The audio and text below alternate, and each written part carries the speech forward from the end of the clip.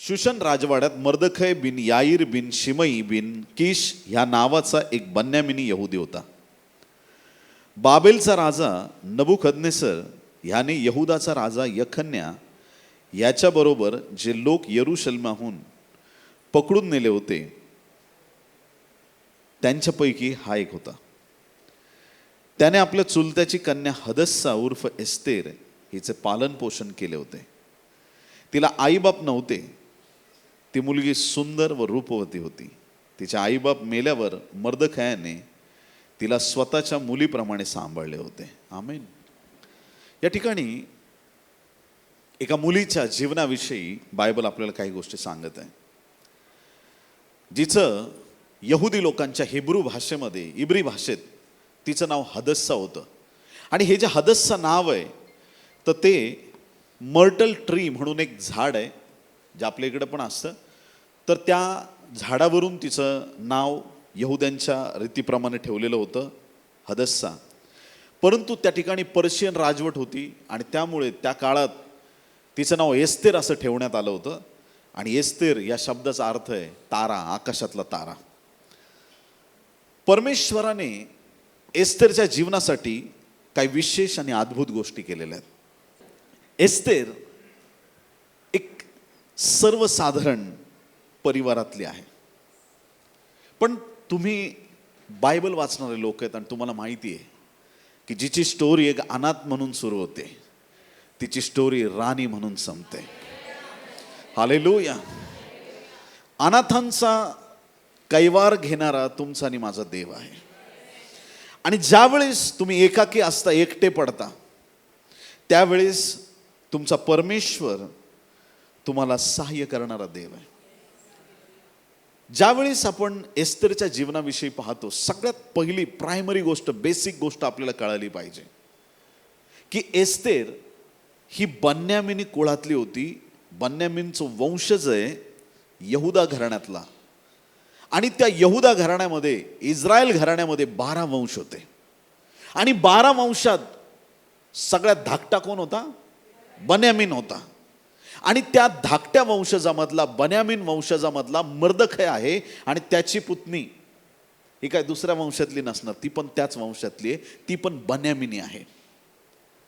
सगळ्यात धाकट्या वंशातले लोक, ज्यांना धाकटं म्हणून कदाचित कमी समजलं जात असू शकतं, परंतु ज्यावेळेस प्रभूची कृपा होते त्यावेळेस परमेश्वर शून्य लोकांना पण उचलतो आणि त्यांना तो काहीतरी विशेष बनवत असतो. त्याच्याबद्दल त्याची स्तुती असो. तो देव दयाळू आहे. आणि बन्यामिनी लोकांबद्दल एक खासियत होती. कोणी सांगू शकेल का मला? एक त्यांच्या अख्ख्या ट्राईबमध्ये एक स्पेशालिटी होती. ये बात आहे. हालेलुया. वाचूया आपण डायरेक्ट वचनातून. शास्त्र 20 अध्याय 15 आणि 16 वचन. त्या दिवशी गिब्यात राहणारे 700 निवडक वीर सोडून निरनिराळ्या नगरातून आलेल्या धारकरी बन्यामिनांची संख्या 27,000 होती. त्या सर्व लोकांमध्ये 700 निवडक पुरुष डावरे होते. डावरे म्हणजे लेफ्ट हँडेड. काही लोक लिहितात ना डाव्या हाताने, आहे की नाही? काही लोक असतात, काही राईट हँडेड असतात, काही लेफ्ट हँडेड असतात. हे डावरे 700 लोक आहेत. त्यांच्या गोफणीचा नेम तसूभर देखील चुकत नसे. कोणी आमेन म्हणणार आहे का? ही बन्यामीनची खासियत आहे. त्यांच्या गोफणीचा नेम तसूभर म्हणजे थोडा पण 19-20 इकडं नाही, 1 मिलीमीटर पण असा बाजूला जाणार नाही. 1 मिलीमीटर इकडून इकडं जिथं निशाणा साधायचा आहे, बन्यामीन वंशातले लोक तिथे ॲक्युरेट निशाणा साधायचे. काही लोकांवरती ना ग्रेस असतो प्रियांनो. हालेलुया. काही लोक निघतात एक काम करायला, भलतंच करून येतात. मी त्यांच्याबद्दल बोलत नाही. मी त्या लोकांबद्दल बोलतोय की जे पाऊल उचलतात आणि आपले डेस्टिनेशन पर्यंत ते पोहोचतात. ते अचूक निशाणा साधतात. त्यांच्या जीवनात ते निराश होत नाहीत. प्रत्येक परिस्थितीत ते टिकून राहतात. हा बन्यामीन कुळ आहे की जे अचूक निशाणा साधणारे लोक आहेत. ही जी स्त्री आहे एस्तेर, हिने तिच्या जीवनामध्ये एक अचूक निशाणा साधलेला आहे. कोणी आमेन म्हणणार आहे का? कोणता निशाणा? अचूक निशाणा, ज्या कामासाठी देवाने तिला पाचारण केलेलं आहे. देवाच्या प्रिय लोकांनो, ज्या वेळेस तुमच्या जीवनात एखादं उद्दिष्ट तुम्ही ठरवता, त्यावेळेस त्या उद्दिष्टाला नेहमी बदलत राहू नका. यावर्षी मला वाटलं मी सायन्स घेतलं, पहिलं 11वीचं वर्ष नाही जमलं, मी कॉमर्सला जातो, मग नंतर आर्टला जातो, मी इकडे जातो. नाही, तुझ्या देवाला तुझा शेवट सुरुवातीपासून माहीत आहे. ज्या देवाची तू सेवा करतो त्याने तुझा भविष्य काळ बघितलेला आहे. येत्या दिवसात तू कुठं असणार आहे, उद्याच्या दिवसात तू कुठं असणार आहे. ज्या देवाने तुझ्याकडे नजर लावलेली आहे तो परमेश्वर गुढ आणि गहन गोष्टी प्रकट करणारा देव आहे. तुझी उद्दिष्ट ठरवणारा तू नाही, तुझा देव तुझी उद्दिष्ट ठरवणार आहे. त्याच्या योजनेप्रमाणे जेव्हा तुम्ही एखादी गोष्ट डिसाइड करता, तुमचं पाऊल ठेवता आणि मग जीव जायची वेळ आली तरी माघारे फिरू नका. ही पिढी लोटाच्या बायकोची पिढी नाहीये, ही पिढी एस्तेरची पिढी आहे. ही अचूक निशाणा साधणारी पिढी आहे. हे आत्म्याने भरलेले लोक आहेत. तुम्ही पाऊल ठेवाल तिथं तुम्ही यशस्वी व्हाल. हालेलुया. अचूक निशाणा साधणारा कुळ आहे हा. असं कुळ आहे की त्यांच्यात असे लोक आहेत की ते सगळ्यात धाकटे आहेत, पण अचूक निशाणा, त्यांच्यासारखा निशाणा कोणाचा नव्हता. एक सिक्रेट तुम्हाला सांगतो. शाऊलाचं राजपद का गेलं? शाऊल बन्यामीन कुळातला आहे. वाव. आणि दावीद यहूदा कुळातला आहे. गोफन चालवणं काम कोणाचं आहे? जेव्हा त्याने गोफन नाही उचलली, देवाने दाविदाचा उपयोग. ऐकताय तुम्ही चर्च? मोठे मोठे पास्टर्स आणि लीडर्स कान उघडे ठेवून ऐका. जर तुम्ही नाही उठले, परमेश्वर मुर्दे उठून त्याची सेवा पूर्ण करून घेईल. परमेश्वर कोणाचाही उपयोग करणार आहे. वाव. हालेलुया. एक गोष्ट नक्की आहे, एस्तेर जी अनाथ होती ती आता राणी आहे. वाव. सिच्युएशन चेंज झाली ना सगळी. सगळ्यांनी म्हणा, एस्तेर आता राणी आहे. वाव. हालेलुया. एस्तेर आता राणी आहे. वाव. खूप पॉवरफुल वचन आहे. तिच्याबद्दल अजून एक वैशिष्ट्य आहे, ती अचूक निशाणा साधणाऱ्या कुळातली होती आणि तिने अचूक निशाणा तिच्या लाईफमध्ये साधला. पुढची गोष्ट, ती खूप सुंदर आणि रूपवती होती. हालेलुया. खूप सुंदर होती. देवाच्या प्रिय लोकांनो, जशी एस्तेर सुंदर आहे, आज जगात सगळ्यात सुंदर कोण असेल तर ती ख्रिस्ताची वधू आहे. आणि ती वधू सुंदर झाली कशाने? जी सगळ्यात कुरूप होती, अनाथ होती, तिला सगळ्यात सुंदर का करण्यात आलंय? इफिस्करास पत्र 5 अध्याय 26 आणि 27 दोनच वचनात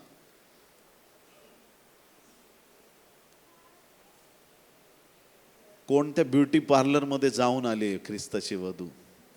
हालेलुया. कशाने तिला एवढं सुंदर केलंय? कशामुळे एवढी ग्लोरियस झाली आहे? एवढं सामर्थ्य तिच्या ठाई कसं काय आलं? कुणी तिला एवढं सजवलंय? कुणी एवढं नटवलंय ख्रिस्ताच्या वधूला? जगात कुठल्या पण क्लबमध्ये जा, लोक पैसे भरून जातील, फ्रेंड सर्कल, इकडं तिकडं ट्रिप, मौज मजा, आनंद संपतो प्रियांनो. जगात तुम्ही कितीही आनंद घ्या जगी गोष्टींचा, फक्त आठवणी राहतील. पण जो ख्रिस्ताचा आनंद आहे ना, तो कशाने संपतच नाही. तो कायम स्वरूपी टिकणारा आनंद आहे. देवाच्या उपस्थितीतला आनंद हा सगळ्यात मोठा आनंद आहे. जगात कुठंच तुम्हाला समाधान मिळणार नाही. ते सौंदर्य, ते ख्रिस्ताचं सामर्थ्य तुम्हाला देवाच्या भवनामध्ये पाहायला मिळेल. मंडळी सुंदर आहे, ती रूपवती आहे.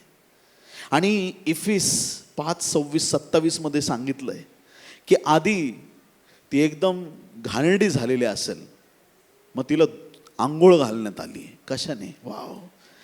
अशासाठी की तिला त्याने वचनाद्वारे जलस्नानाने स्वच्छ करून पवित्र करावे. तुम्हाला कशाने आंघोळ घातली आहे? कशाने? कसले डाग असतील ते सगळे काढण्याची ताकद प्रभूच्या वचनात आहे. रागीट लोकांना शांत करण्याचं सामर्थ्य वचनात आहे. शिव्या देणाऱ्या लोकांच्या मुखामध्ये देवाचं सामर्थ्य भरणारं देवाचं वचन आहे. कसले डाग असतील तुमच्या चारित्र्यावर असतील, तुमच्या जीवनावर असतील, कुठले डाग असतील, बायबलचं वचन तुम्हाला शुद्ध आणि पवित्र करणार आहे. बायबल वाचत राहा. सुरुवातीला मला वाटायचं मी बायबल वाचतोय, नंतर कळलं बायबल मला वाचतंय. Wow, hallelujah. आणि या बायबलनी बदलून टाकलं सगळं. सगळं बदललं, सगळं बदललं. जो माझ्यासाठी बदलतो तुमच्यासाठी पण बदलणार. आमेन, हालेलुया. वचनाद्वारे जलस्नानाने स्वच्छ करून पवित्र करावे आणि गौरवयुक्त मंडळी अशी ती स्वतःला सादर करावी, म्हणजे तिला दाग, सुरकुती किंवा अशासारखे काही नसून ती पवित्र व निर्दोष असावी. हालेलुया. पवित्र, निर्दोष, दाग नाही, सुरकुती नाही, सगळ्यात सुंदर ख्रिस्ताची वधू आहे. त्या काळामध्ये सगळ्यात सुंदर होती एस्तेर. ह्या काळामध्ये सगळ्यात सुंदर ख्रिस्ताची वधू आहे मंडळी. एक वाक्य कदाचित काही लोकांच्या कानाला जड जाईल, पण लेट मी से इट, मला बोलू देते. जर येशू राजांचा राजा आहे तर मंडळी राण्यांची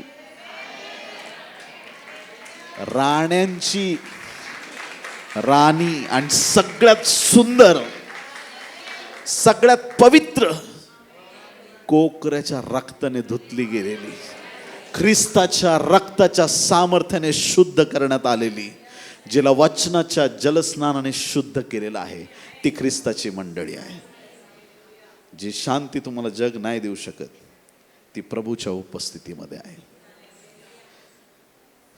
एस्तेर बन्यामीन कुळातली आहे. एस्तेर सुंदर आहे. एस्तेर अनाथ होती.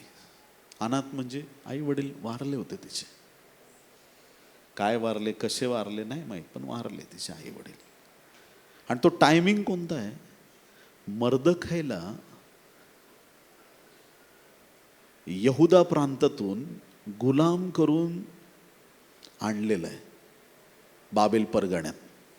तो टायमिंग आहे. आणि त्या टायमिंगला एस्तेरचे आई वडील पण तिकडून इकडे आलेले असतील. तो जो वेळ आहे तो दाखवतो. मग त्यांना कुठल्या गोष्टीचा त्रास झाला म्हणा किंवा काहीतरी घडलंय त्याच्या मागे आणि ते मरण पावलेत. मग हा मर्दखय विचार करतो की ही लेकरू, ही कन्या अनाथ आहे, पण मी असताना मी तिला अनाथ राहू देणार नाही. काही लोक बघत असतील एस्तेरकडं. जगात नेहमी दोन प्रकारचे लोक असतात. हालेलुया. एक प्रकारचे आतले, दुसऱ्या प्रकारचे बाहेरचे लोक असतात. तारवाच्या आतले लोक असतात, तारवाच्या बाहेरचे लोक असतात. जगात नेहमी दोन प्रकारचे लोक असतात. मंडळीच्या आतले असतात, मंडळीच्या बाहेरचे असतात. नेहमी दोन प्रकारचे लोक तुम्हाला जगात सापडतील. ती अनाथ आहे. काही लोक मायेने तिच्या डोक्यावरून हात फिरवत असेल. लेकरू बिचारा अनाथ झालंय, तिला आई वडील नाही, बाळा रडू नको, काळजी करू नको, आम्ही आहे. दुसऱ्या प्रकारचे लोक म्हणत असतील जन्मलीन आई बापाला मारून टाकलं. काही लोक ज्यांच्या वाट्याला अपयश आलंय त्यांना नेहमी दरिद्री आणि त्यांच्यासाठी वाईट शब्द काढत असतात. आज देवाचा दास या नात्याने तुमच्या जीवनावर बोललेला प्रत्येक नकारात्मक शब्दाला येशूच्या नावात मी रद्द करतो आणि मी डिक्लेअर करतो की लोक तुमचं भवितव्य रचणार नाही. तुमचा देव तुमचं भवितव्य रचत आहे आणि तो तुमच्यासाठी उज्ज्वल भवितव्य देत आहे. ज्यांनी तुम्हाला शिव्या दिल्या, शाप दिल्या, त्या वाईट प्रत्येक शब्दाला येशूच्या नावात मी रद्द करतो. हालेलुया. प्रभूने तुमच्यासाठी आशीर्वाद डिक्लेअर केले. एस्तेर आता राणी आहे. हालेलुया. Praise Lord. मला बाकीचं माहित नाही, पण एस्तेर आता राणी आहे. ती अनाथ होती. मर्दखैने तिला दत्तक घेतलं. ती अनाथ होती, मर्दखैने तिला दत्तक घेतलं. आम्ही पण अनाथ होतो आत्मिक क्षेत्रात. आत्मिक क्षेत्रात रडून रडून डोळे सुजून गेले, पण कोणी प्रार्थना नाही ऐकली. आम्हाला पण दत्तक घेण्यात आलंय. एक देवाचा परिवार आहे, देवाचा परिवार आहे. स्वर्ग देवाचं घर आहे. पाय ठेवायला जागा नव्हती, पृथ्वी पाय ठेवून दिले. आणि पाय का ठेवले पृथ्वीवर? दोनच कारण आहेत माझ्या समजाप्रमाणे. पहिलं कारण सैतानाला तुडवण्यासाठी, कम ऑन चर्च, हालेलुया. आणि दुसरं कारण त्याच्या पायाजवळ बसून आपल्याला सेवा करता यावी. पाय ठेवले इकडं, तो राजस्थानावर बसला, त्याचं कुटुंब आहे, त्याच्या परिवारात त्याला एकुलता एक पुत्र आहे, प्रभू येशू ख्रिस्त. हालेलुया. त्याच्याकडे आत्मा आहे, त्याच्याकडे पुत्र आहे, हा त्रैक्य परमेश्वर आहे, देवाचा परिवार आहे. मग त्याच्या परिवारामध्ये त्याच्या सेवेसाठी देवदूत आहेत, आराधनेसाठी आहेत, लढण्यासाठी आहेत, 24 वडील आहेत, 4 प्राणी आहेत. अख्खा स्वर्ग देवाच्या गौरवाने भरलेला आहे. मग परमेश्वर आमच्यासाठी पण एक योजना करतो. इफिसकरस पत्र 1 अध्याय 5 वचन. पुढच्या काही क्षणात तुम्हाला असं वाटेल की आता तुम्ही करोडपतीपेक्षा करोडपती झालेत. कमॉन, ऐकताय तुम्ही चर्च? हालेलुया. खूप पॉवरफुल वचन आहे ती, खूप सामर्थ्यवान. इफिस 1:5. त्याने आपल्या मनाच्या सत्संकल्पाप्रमाणे आपल्याला येशू ख्रिस्ताच्या द्वारे स्वतःचे दत्तक होण्याकरता प्रेमाने पूर्वीच नेमले होते. आमेन, हालेलुया. पूर्वीच नेमले होते. आम्हाला वाटतं आज नेमलंय. जगाची स्थापना झाली त्याच्या पूर्वीपासून देवाला आमची नावं माहिती आहेत. देवाने आधीच प्लॅन केलंय. आणि धन्य आहेत तुम्ही लोक की प्रभूचा आवाज ऐकून प्रभूकडे वळालात. आशीर्वादित आहेत तुम्ही की तुम्हाला सत्य मार्ग कळाला, तुमचं जीवन सफल झालंय. मी म्हणणार नाही, होणार आहे. तुम्ही आधीच पाऊल टाकलंय त्याच्या मार्गावरती. अशा मार्गावर तुम्ही उभे आहात की ज्या मार्गाचा शेवट स्वर्गच आहे, त्याचा शेवट प्रभूचीच कृपा आहे. त्या मार्गामध्ये तुम्हाला कधीच निराशा येणार नाही. तो मार्ग सत्याचा मार्ग आहे. तुम्ही त्या मार्गात आलात, हाच तुमच्यासाठी मोठा आशीर्वाद आहे. या मार्गात देवाचं सामर्थ्य आहे, देवाची कृपा आहे. ख्रिस्ताच्या द्वारे देवबापाने आपल्याला त्याचे स्वतःचे दत्तक लेकरं असं आधीच नेमून ठेवलेलं आहे. योहान 14 आणि 18 वचन. येशूने प्रॉमिस केलंय, योहान 14 आणि 18. आणि ते प्रॉमिस काय? मी तुम्हाला अनाथ असे सोडणार नाही, मी तुमच्याकडे येईन. मी तुम्हाला अनाथ असे सोडणार नाही. एस्तेर अनाथ होती. बेटा रडू नको, मर्द काही जिवंत आहे रे अजून. रडायचं नाही. काय पाहिजे तुला? माझं डॅडी असताना मला खाऊ दिला असता. मी देणार तुला खाऊ. मला नवीन कपडे मी देणार. तू माग, मी देणार. आमचा सांभाळ करता पवित्र आत्मा आहे प्रियांनो. पूर्ण डिपेंड व्हा पवित्र आत्म्यावरती. 100%. 1% पण स्वतःच्या ताकदीवरती घमंड करू नका. 100% होली स्पिरिटवर डिपेंड व्हा. तो तुम्हाला सांभाळ करणार आहे. तुमचा मर्दक आहे पवित्र आत्मा आहे. तुम्हाला सांभाळणारा देवाचा पवित्र आत्मा आहे. कधीच एकटं वाटणार नाही, कधीच एकटं वाटणार नाही. एखाद्याने लेकरू दत्तक घेतलंय आणि त्या लेकराला बोर्डिंगमध्ये टाकून दिलंय, काय उपयोग आहे का त्याचा? आधी पण एकटा, नंतर डबल एकटा. काय उपयोग आहे त्याचा? काहीच उपयोग नाही. पण पवित्र आत्मा, येशूने सांगितलं की मी तुम्हाला अनाथ सोडणार नाही. 3.5 वर्ष मी तुमच्या बरोबर आहे, नंतर मी स्वर्गाला जायला. प्रभू आमचं काय? अरे काळजी करू नका, मी तुम्हाला अनाथ सोडणार नाही. आणि ज्याला पवित्र आत्मा मिळाला ना, ते कधीच आई बापासाठी रडत नाहीत. आमेन ऐकू शकतो काय गोष्टी? ज्याला खरंच पवित्र आत्मा मिळालाय. मम्मी तू कुठं आहेस, मला आठवण येते. येईल आठवण, पण तुमच्यात एकाकी पण नसणार कधी. तुम्ही कुठंही गेलात तरी तुम्हाला जाणवेल की तुमच्या बरोबर देवाचा आत्मा आहे. त्याला पात्मा नावाच्या बेटावर फेकून दिलं त्या योहानाला. 6 किलोमीटर बाय 12 किलोमीटर अशी त्याचं क्षेत्रफळ आहे पात्म बेटाचं. 6 किलोमीटर 12 किलोमीटर बेट पाण्याच्या मध्ये मरण्यासाठी सोडून दिलं जायचं. आणि तिकडं कितीतरी त्याला मुर्देच दिसत असतील, ज्याला टाकलंय. काय जगणार एवढ्याशा बेटावरती, काय तिथं लाईफ आहे. तिथं त्याने प्रभूचं दर्शन बघितलं. जी जागा जगासाठी मरणाची जागा आहे, त्याच्यासाठी स्वर्गीय दिव्य दृष्टांताची जागा झाली. जिथं पवित्र आत्मा तुमच्या बरोबर आहे, तिथं निराशा तुम्हाला गाठू शकत नाही. तिथं तुमचं जीवन आशीर्वादित झाल्याशिवाय राहत नाही. ते एकाकी पण तुम्हाला कधी नसणार. तुम्ही अनाथ नाही, मर्दकय आहे. हालेलुया. म्हणा, माझा पवित्र आत्मा मला कधीही सोडत नाही, त्याने मला सांभाळले आहे. तोच माझा कैवारी आहे. ज्या प्रियजनांना तुम्ही गमावलंय, प्रियांनो, विश्वास ठेवा, परत भेट होणार आहे. हालेलुया. आणि त्यांच्या जाण्याने मनात दुःख येईल. थोड्या वेळासाठी मन पेत्राच्या मचव्यासारखं होईल. हॅलो, माइक चेक, क्या आप सुन रहे हैं? आता मी फक्त त्याच्याबद्दल बोलत नाही जे प्रभूमध्ये विसावा पावलेत, मरण पावलेत. फक्त ते नाही, काही लोक चालता बोलता तुमच्याशी आबोला धरून कट मारून निघून जातील. जिव्हाळ्याचे लोक. एक दिवस फक्त चहाचं बिल देऊ नका, तुमचा कार्यक्रम फिट समजा. जग असंच आहे, दिल्या घेतल्याचं.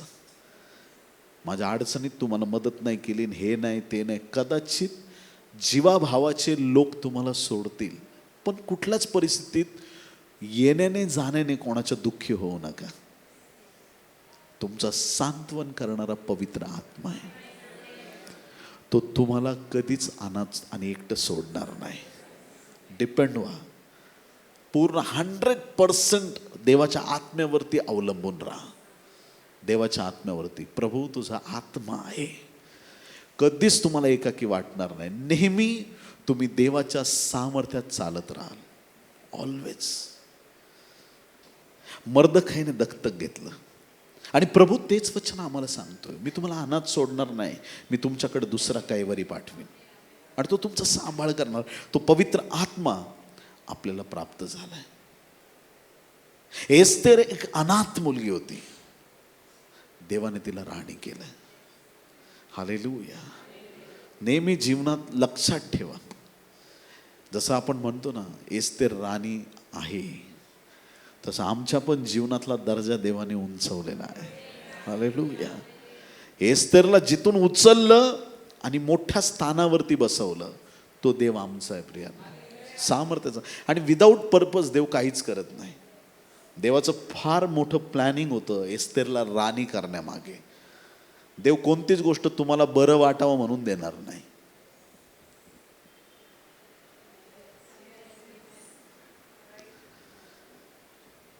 ऐकतोय तुम्ही सगळे? तुम्हाला फक्त एकट्याला आनंद मिळावा म्हणून देव कोणतीच गोष्ट देणार नाही. तो जेव्हा तुम्हाला काही देईल त्याचा काहीतरी उद्देश असणार आहे. एक दिवस असा येईल तुम्ही इतकी रडून कडकडून प्रार्थना कराल, समजून घ्या तुम्हाला प्रेयरचं गिफ्ट मिळालेलं आहे. आणि तुम्ही लोकांसाठी प्रार्थना कराल, तुमच्या प्रार्थनेने अद्भुत गोष्टी घडतील. ते गिफ्ट फक्त तुमच्या एकट्याच्या स्वार्थासाठी नाही दिलंय. तुमच्याद्वारे जनरेशन आशीर्वादित होतील, राष्ट्र आशीर्वादित होतील. तुमच्याद्वारे देवाचं महान आणि अद्भुत काम होईल. देवाचा एक उद्देश असणार आहे. तो उद्देश समजणं गरजेचं आहे. प्रभू तू मला का निवडलंयस? एस्तेर आता राणी आहे. हालेलुया. ती अनाथ नाहीये. Praise the Lord.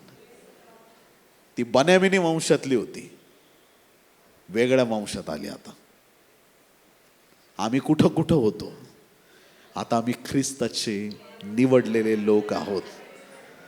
आता आम्हाला कशाचाच अभिमान राहिलेला नाही. आम्ही हे आहोत, आम्ही ते, आम्ही ख्रिस्ताचे आहोत, हाच आमचा अभिमान आहे. यातच आम्हाला आनंद आहे आणि तो आनंद आम्हाला असला पाहिजे. जिला पूर्वी मर्दखै सांभाळत होता, तिला आता राजा सांभाळतोय. कळतं तुम्हाला फरक? त्या अनाथ मुलीला एक मर्दखै, एक सर्वसाधारण व्यक्ती तिला सांभाळत आहे. आता पुढचं लाईफ तिचं राजवाड्यात आहे. या जगात जर तुम्हाला पवित्र आत्मा सांभाळतोय, तर त्या जगात तुमच्यासाठी देवाची फार मोठी योजना आहे. खूप लोकांना असं वाटतं की नाही का, माणूस मेला स्वर्गात गेला, माणूस मेला स्वर्गात गेला. काही लोक खूप त्रासात असतात. हे प्रभू मला घेऊन जा, या जगाचा मला कंटाळा आलाय. त्याच्या डोक्यात एक काठी घातली पाहिजे. सगळ्यात आधी डोकं जागेवर नाही तुझं. काय फरक आहे जगात आणि स्वर्गात? जिथे दोघे किंवा तिघे एकत्र जमतात तिथे येशू आहे. जेवढा येशू स्वर्गात आहे तेवढाच आपल्या मध्ये इथे पण आहे. नाही पास्टर तिथं दूत आहेत, आणि मग इथं काय भूत आहे का? इथं पण दूत आहेत. प्रभूचे दूत इथं आहेत की नाहीत? आहेत. अनुभव घेऊन बघा. प्रभूचे दूत आहेत, असे उघड्या डोळ्यांनी दिसतात आणि तुम्हाला वाचवतात, सांभाळतात. तुम्हाला कळत नाही. आत्मिक डोळे उघडा.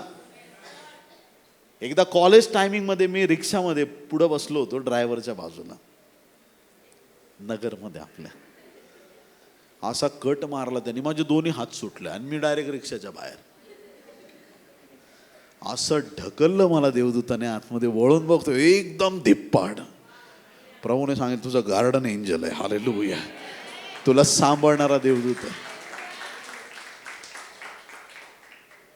तो ड्रायव्हर विचारतो रिक्षावाला, आत कसा आला तू?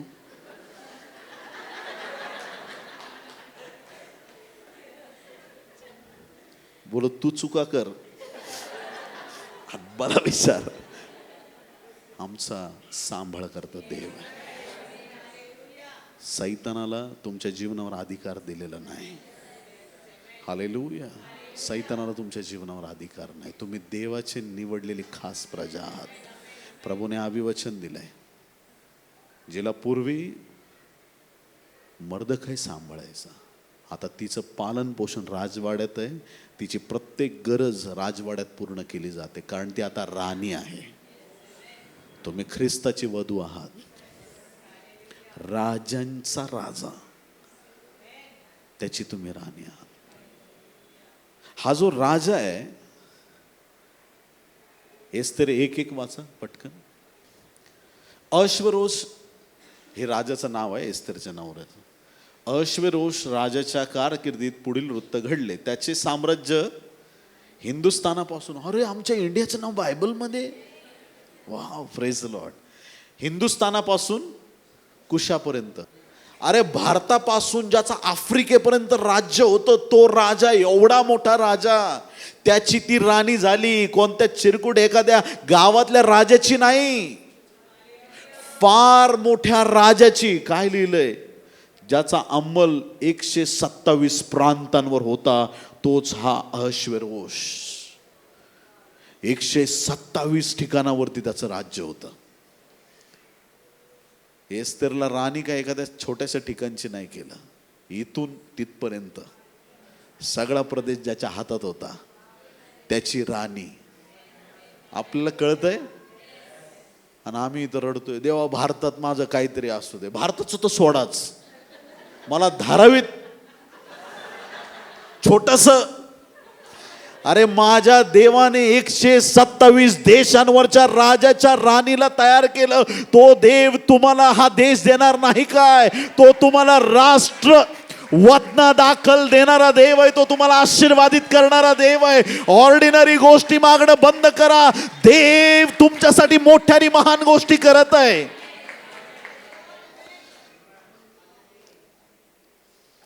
काय केलं त्या ठिकाणी? का एस्तेर राणी झाली? त्याचं पण एक कारण आहे. तिथे एक राणी होती ऑलरेडी, तिचं नाव होतं वस्ती राणी. काय नाव होतं? खूप मस्ती करायची. म्हणजे ऐका तुम्ही, पुढं स्टोरी ऐकल्यावर तुम्हाला ते वचन भेटणार नाही तसं, हे माझं इंटरप्रिटेशन आहे, पण ऐका काय घडलं. आता ही वस्ती राहिली आहे, एवढ्या मोठ्या राजाची राणी आहे, किती शिस्तीत राहायला पाहिजे. राजाची राणी म्हणजे तो राजा एवढा मोठा 127 प्रांतांचा राजा आहे, त्याची राणी कशी पाहिजे. आता काय झालं की एवढं मोठं त्याला यश मिळालंय, खूप दिवस त्याने काय केलं की लोकांना जमून सेलिब्रेशन केलं आणि रोज लोकांना आपली धनसंपत्ती सांगायचं, माझं इकडे हे आहे, माझं ते आहे, माझ्याकडे एवढे कोठार आहेत. कितीतरी दिवस सगळं दाखवलं. नंतर त्याला वाटलं की आज सेलिब्रेशनचा दिवस आहे. राणीला म्हटलं, तू सगळ्या एवढ्या देशांमधली सगळ्यात तू सुंदर स्त्री आहेत, कारण तू राजाची बायको आहे, तू एक काम कर, तू तयार होऊन राजदरबारी आहे. ती म्हटली मी नाही येत. ती म्हटली. त्याच्यामुळं नकार द्यायच्या आधी विचार करा. ऐकताय तुम्ही? कोणाला नकार दिला तिने? आता राजाच्या दरबारी सगळे त्याचे खास लोक बसलेलेच होते. ते म्हटलं, महाराज अपमान तुमचा नाही झालाय. बरं मग? हा तुमच्या सगळ्या 127 प्रांतांचा अपमान आहे, हा तुमच्या सरदारांचा, तुमच्या राजांचा, सगळ्यांचा अपमान आहे. आज राणीने तुमचं ऐकलं नाही तर आमच्या बायका पण आमचं ऐकणार नाही. तुम्ही वाचा तिथं जाऊन, नाही तर परत माझ्यावरतीच बोला पास्टर काय आहे काय नाही. तुम्ही वाचा, एस्तेरचं पुस्तक ज्यांनी वाचलंय त्यांना कळेल मी काय म्हणतोय. राजा चिडला आणि राजाने फरमान काढलं, अरे बाबा सगळ्यांनी आपापल्या बायकांना आणि फॅमिलीला बरोबर कंट्रोलमध्ये ठेवा. तिथं लिहिलंय बरं का. हालेलुया. राजाने फरमान काढलं की वस्ती राणीला परत माझ्या पुढं कधीच उभं करू नका, आणि तिच्यापेक्षा सुंदर कोण असेल तिला माझी राणी बनवा. याचा अर्थ वस्ती राणी खूप सुंदर होती आणि एस्तेर तिच्यापेक्षा खूप खूप खूप सुंदर होती. हालेलुया. कधी कधी असं होतं, कधी कधी असं होतं. मी माझ्या सुरुवातीच्या टायमिंगमध्ये मला कोणी उभं करत नव्हतं संदेश द्यायला. 250 संदेशांची डायरी जवळ घेऊन रडत बसायचो मी, प्रभू मला तुझ्या राज्यासाठी वापर. आणि काही लोकांचे मी संदेश ऐकत असं बसायचो. मी म्हणायचो, प्रभू हा पूर्ण सगळं खोटं बोलतोय. येशू ख्रिस्त क्रुसावर टांगलेला असताना त्यांनी मरियेकडे बोट करून म्हटलं, बाई पहा तुझा पुत्र. अरे माठ्या, हात क्रुसावर केल. तू कुठून लॉजिक आणतोस? हे चिड यायची एकदम आतमध्ये. एकाने तर संदेश दिला, जक्कायला बघण्यासाठी येशू झाडावर चढला. खरंच सांगतो मी. मागे लोक शेकोटी करत होते, असले काय काय एक एक एक गोष्टी. मला इरिटेट व्हायचं. प्रभू मी खरं वचन सांगू शकतो पण मला कोणी उभं करत नाही. टाइम येतो प्रियांनो, टाइम येतो. तुमचा पण टाइम आलेला आहे. हालेलुया. देवाचं गौरव होण्याचा समय आलेला आहे. तुम्हाला कोणी थांबवू शकणार नाही. ज्या देवाने तुम्हाला पाचारण केलंय त्या देवाकडचे आशीर्वाद न थांबणारे आशीर्वाद आहेत, वाढत जाणारे आशीर्वाद आहेत. तुमच्या टेरिटरीज वाढत जातील. देव तुमचा उपयोग करून घेईल. तुमच्या जीवनासाठी परमेश्वर महान आणि अद्भुत काम करत आहे. जे स्थान देवाने दिलंय त्याचा रिस्पेक्ट करा. मला देवाने जर पास्टर केलं आणि मी म्हणत राहिलो, काय पास्टर केलंय, डॉक्टर असतो तर किती पैसे आले असते. हात लावलं की पैसे, हात लावला पैसे, किती पैसे, किती काय काय, किती काय काय. हट. मग तुझी लायकी नाही पास्टर होण्याची.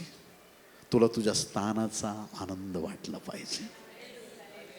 जे देवाने दिलंय त्याचा रिस्पेक्ट केला पाहिजे. आपलं जे स्थान आहे काही असो. झाडू मारताय मारा, पण जगातली 1 नंबर झाडू मारणार आहे म्हणा, नो प्रॉब्लेम. कोणतंच काम लहान आणि मोठं नसतं.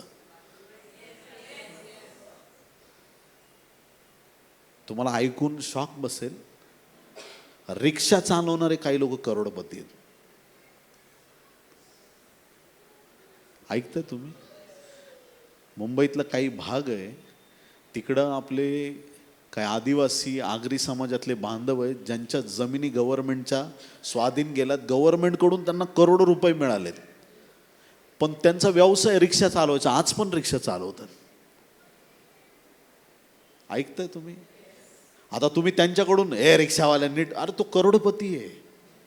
कोणतंच काम लहान आणि मोठं नसतं, काम काम असतं. देवाने कशासाठी बोलवले ते इमानदारीने करा. तुमचं जीवन सफल झालं म्हणून समजा. हालेलुया.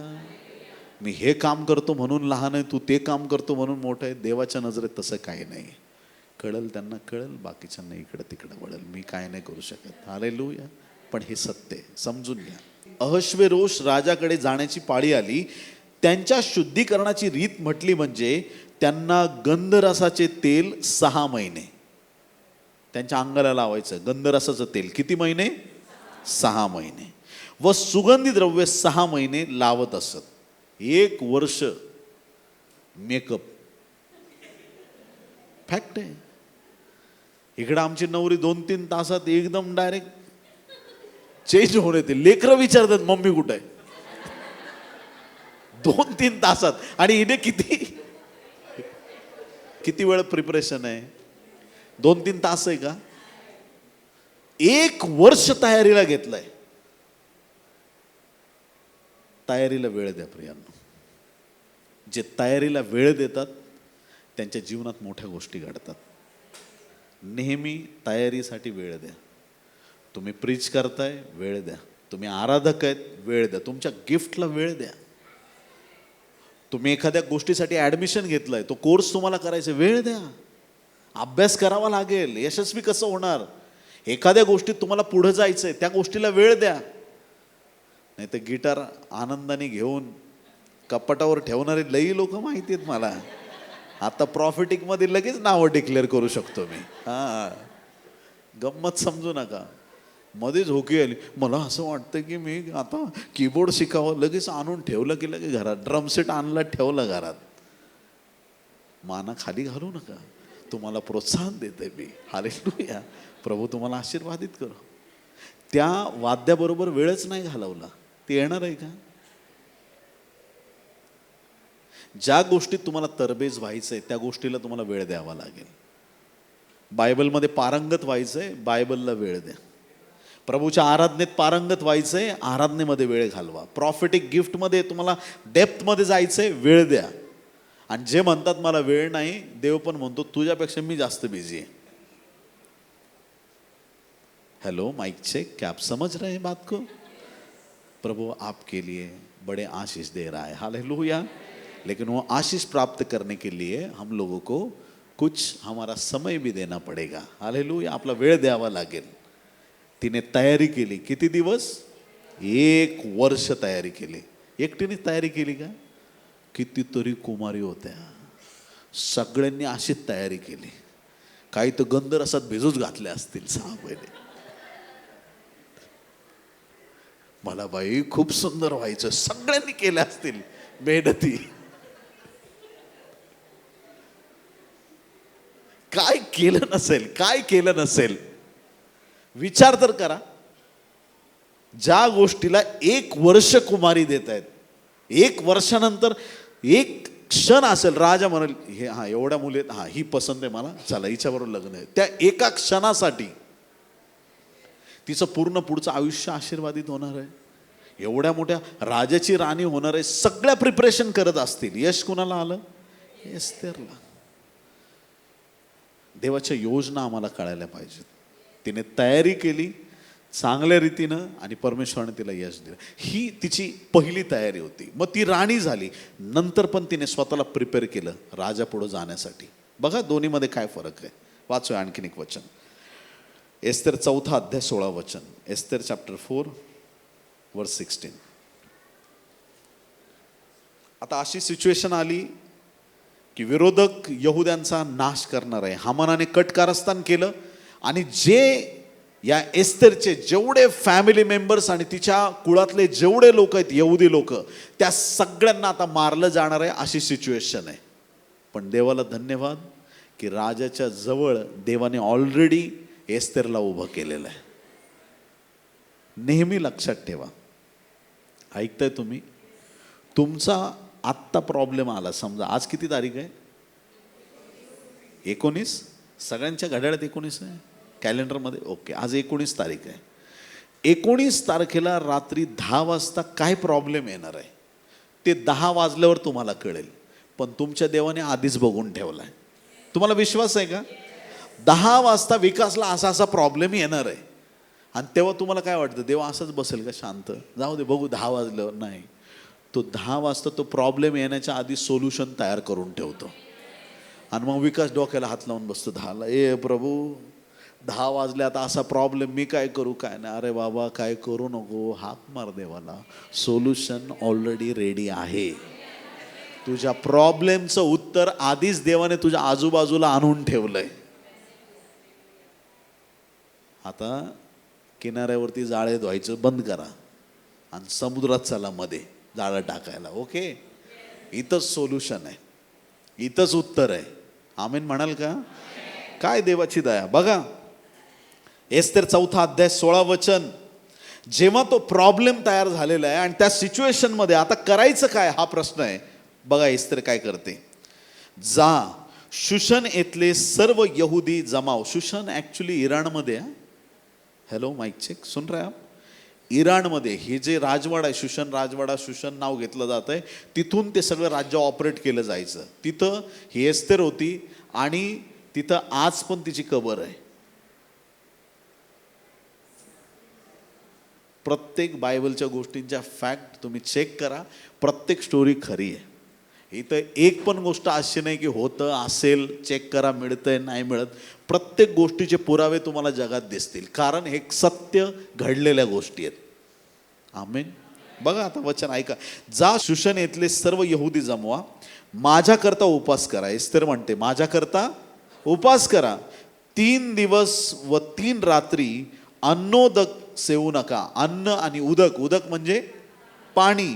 अन्न खाऊ नका, पाणी पिऊ नका. रात्रंदिवस 3 दिवस 3 रात्र उपास करा. मीही आपल्या दासींसह तसाच उपास करेन. असल्या स्थितीत नियमाविरुद्ध मी आत राजाकडे जाईन, मग मी मेले तर मेले. काय डेअरिंग आहे तिच्यात. हालेलुया. एस्तेरने 3 दिवस 3 रात्र पाण्याचा थेंब सुद्धा घेतला नाही. तिने उपास करून देवाच्या सानिध्यात वेळ घालून तिने स्वतःला प्रिपेअर केलं. नंतर ती राजासमोर जाऊन उभी राहिली. आधी मेकअप करायची, आता उपास करते. फरक कळतो तुम्हाला? राजाला खुश करायचं आहे तर मेकअप करावा लागेल, आणि देवाला खुश करायचं आहे उपास आणि प्रार्थना करावी लागेल. हा फरक आहे. देवाच्या प्रिय लोकांनो, राजाच्या आमंत्रणाशिवाय जर कोणी राजासमोर गेलं तर त्याला मरणाची शिक्षा होती. पण एस्तेर म्हणते मी मेले तरी चालेल, मेले तर मेले, पण मी उपास करील आणि राजा पुढे जाईल. ती गेली. राजाने सुवर्ण राजदंड पुढं केला आणि तिला विचारलं, जो वार्तालाप झाला आणि पुढं ज्या गोष्टी घडल्या, संपूर्ण यहुद्यांची सुटका झाली प्रियांनो, आणि कोणाचाही जीव गेला नाही. कोणी देवाला धन्यवाद देईल का टाळ्या वाजवून? हालेलुया. देवाच्या प्रिय लोकांनो, एस्तेर आता राणी आहे. हालेलुया. म्हणा एस्तेर आता राणी आहे. एस्तेर 9 अध्याय 21-22 वचनात तुम्ही पाहिलं तर तुम्हाला कळेल की जी ती सुटका होती आणि हामानाला त्याच खांबावरती मारण्यात आलं, जो खांब त्याने मर्दखैसाठी तयार केलेला होता. ही जी सगळी सिच्युएशन आहे, यहुद्यांचा मोठा विजय आणि हा देवाचा विजय. आणि या देवाच्या महान विजयामध्ये एक नवीन सण तिथं त्यांनी सुरू केला आणि त्या सणाचं नाव होतं पुरीम. सगळ्यांनी म्हणा पुरीम.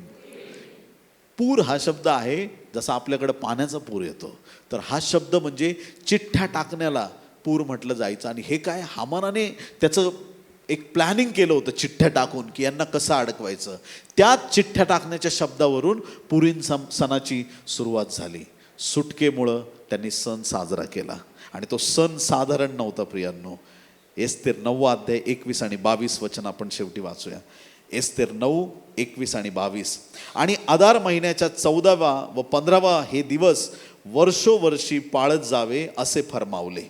अदार महिन्याचा 14वा आणि 15वा 2 दिवस सण करायचा. या दिवशी यहुद्यांना आपल्या शत्रूपासून विसावा प्राप्त झाला. ह्या महिन्यात दुःख जाऊन आनंद झाला. आमेन. कोणता सण आहे? दुःख जाऊन आनंद झाला, शोक जाऊन शुभ दिन प्राप्त झाला. आमच्या सगळ्या ख्रिश्चन लोकांच्या सणामध्ये शुभ दिन कोणता आहे? गुड म्हणतो त्याला आपण. Yes, hallelujah, praise the Lord. तो शुभ दिन येशू ख्रिस्ताचा वधस्तंभावर जाण्याचा दिन आहे आणि तो दिन आमच्यासाठी सुटकेचा दिवस ठरला प्रियांनो. हालेलुया. शोक जाऊन शुभ दिन प्राप्त झाला म्हणून तो पाळावा. हे दिवस आनंदोत्सव करण्यात, एकमेकांना भेटीची ताटे पाठवण्यात, म्हणजे आता इथून पुढं नक्कीच फराळ पाठवा, व गोरगरिबांना दान धर्म करण्यात घालवावेत. आमेन. सण साजरा करायचा वर्षातून 2 दिवस. हालेलुया. पण जर तुम्ही येशूला मानणारे लोक आहेत, 365 दिवस तुमचे सणासारखे गेले पाहिजे. Everyday celebration. हालेलुया. प्रत्येक दिवस आम्हाला ख्रिस्तामध्ये सोहळा करण्याचा दिवस आहे, कारण आम्ही ख्रिस्ताची वधू आहोत. सोहळा कधी करतो आपण? एखाद्या घरात जर बाळ जन्माला आलं, सोहळा करतो की नाही आपण? हालेलुया. एक आत्मा देवाच्या राज्यात आला म्हणजे त्याचा जन्म झालाय ख्रिस्तामध्ये. स्वर्ग आनंद करतो आणि आपण माठ्यासारखं बसून चालेल का? स्वर्ग जिथं आनंद करतो तिथं देवाच्या लोकांनी पण आनंद केला पाहिजे. हालेलुया. आज एस्तेर राणी आहे. हालेलुया. आज मंडळी ख्रिस्ताची राणी आहे, ही ख्रिस्ताची वधू आहे. ही सगळ्यात ग्लोरियस आहे, ही सामर्थ्यवान आहे. स्वतःला साधारण समजू नका. देवाने त्याच्या सामर्थ्याद्वारे तुमच्या जीवनाची भेट घेतलेली आहे. आज प्रभूला धन्यवाद द्या आणि आज नंतर प्रभूकडे प्रार्थना करा. आज नंतर मी अनाथ नाही, आज नंतर मी निराश नाही, आज नंतर मी दरिद्री नाही, आज नंतर मी कंगाल नाही. प्रभूने मला आशीर्वादित केले आहे. हालेलुया. मी ख्रिस्ताची वधू आहे, मी ख्रिस्ताचं लेकरू, ख्रिस्ताचं संतान आहे. हालेलुया. इथून पूर्वी ऑर्डिनरी जीवनात होतं, आता राजवाड्यातलं जीवन. राजवाड्यातलं जीवन कसं पाहिजे? सामर्थ्यवान जीवन पाहिजे. हालेलुया. बोले यीशु मसीह की. मेंटॅलिटी बदलून टाका. जे विचारांनी गरीब आहेत ते आयुष्यभर गरीब राहतात, जे विचारांनी आजारी आहेत ते आयुष्यभर आजारी राहतात. Hello, mike check. ऐकताय तुम्ही? जसे तुमचा विश्वास आहे, जसे तुमचे विचार आहेत, ते तुमच्या जीवनात घडणार आहे. आज एस्तेर राणी आहे प्रियांनो. आज ख्रिस्ताची मंडळी, ख्रिस्ताची वधू त्याची राणी आहे प्रियांनो. एक राजा एवढ्या गौरवात आहे, त्याची मंडळी बिना गौरवाची कशी राहील? रोज चमत्कार घडले पाहिजेत, रोज अद्भुत कृत्य आमच्या जीवनात घडलं पाहिजे, रोज आमच्या जीवनात ख्रिस्ताची साक्ष निर्माण झाली पाहिजे, रोजच्या जीवनात आमच्यासाठी अद्भुत आणि महान गोष्टी घडल्या पाहिजेत. आमेन. हालेलुया.